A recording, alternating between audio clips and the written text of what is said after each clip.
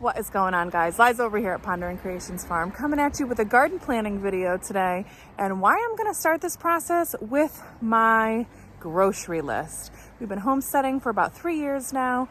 Probably about a third of our food that we've been eating has been grown by us and preserved, and I really wanted to up the ante this year and see if we can get to at least half.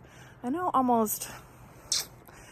probably like 90% of our meat consumption is something that we have grown and raised here or locally sourced with somebody that we knew that raised it. But this year I really wanted to step up that garden and really get as much bang for our buck as we can out of it. So we are starting with the grocery list. I was wondering what I was going to do for a video this week, and then I decided to do some of my garden prep. So I said, why not just have this be a video? But in order to do that, I'm starting in my cabinet, because when you're growing your own food and eating it, it's good to just take inventory of what you have, because you don't want to grow stuff that you're not even going to eat. So let's go see what we've been eating. I assessed what we have in our pantry that we canned from last year that we're running low on, that we just need to step up our game this year.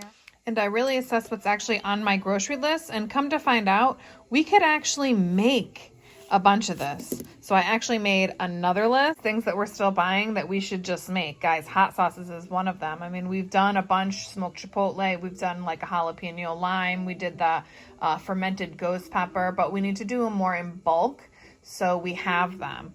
Jarred sauces, those too. I mean, you can make them simple, like as you go, like especially like teriyaki and stuff like that, but I want to make them in bulk and have them on the shelf so we can just use them.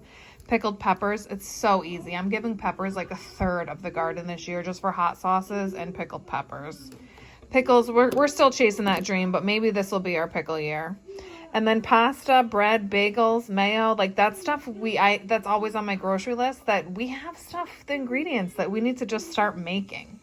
What I like about this idea of using your grocery list is that it's personalized to your own family. So you know that your garden is going to be perfect for you, whether you're buying, frozen peas and beans or sweet potatoes or whatever it is. If you're making baby food or, it could be a million different things. You can use those needs. And I know that there's some things that I use seasonally, like the corn stalks and the pumpkins and some gourds that I like to throw in there, because that still just crosses some stuff off my shopping list. So I hope that you use this method and see what you can grow to replace some of the stuff on your list this year. All right, guys, I wanted to get to today's giveaway. We're going to be giving away 2 packs of seeds. One is going to be a pack of banana peppers, because that's what I need. So I'm going to grab you one and a surprise.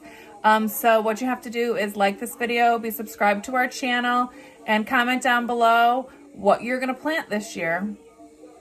And it even could be banana peppers, because if you win, I'll send you the seeds. So good luck.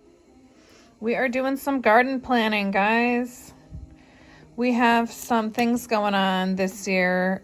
We are taking down a fence and joining in the back piece of our garden.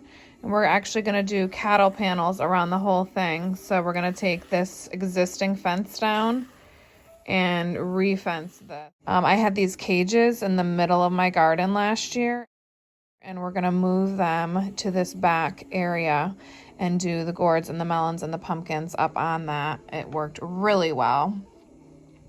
We're going to do probably the corn around the same area we did it last year. Usually it gets knocked over in a storm, so I'm hoping next to the cages it will stay straight up and down this year and actually survive, hopefully.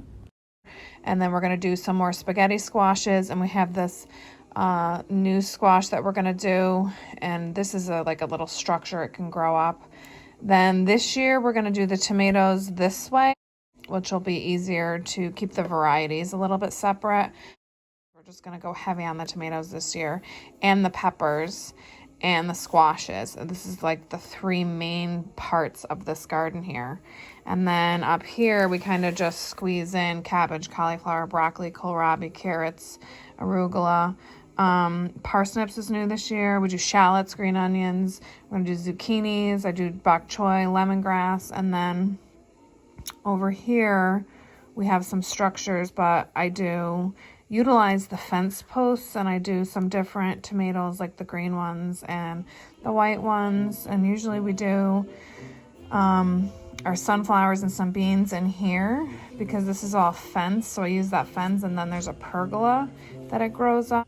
And then do the lettuces here. And so kind of squeeze everything else into this one small piece and do a lot of tomatoes, a lot of peppers, and a lot of squash, because when I'm looking at my grocery list, it's like a lot of the stuff that we're buying, we could just do. Thanks for watching this video today. Don't forget to like and subscribe to our channel. Find us on social media so that you can message me your address if you win the giveaway, and good luck in the giveaway.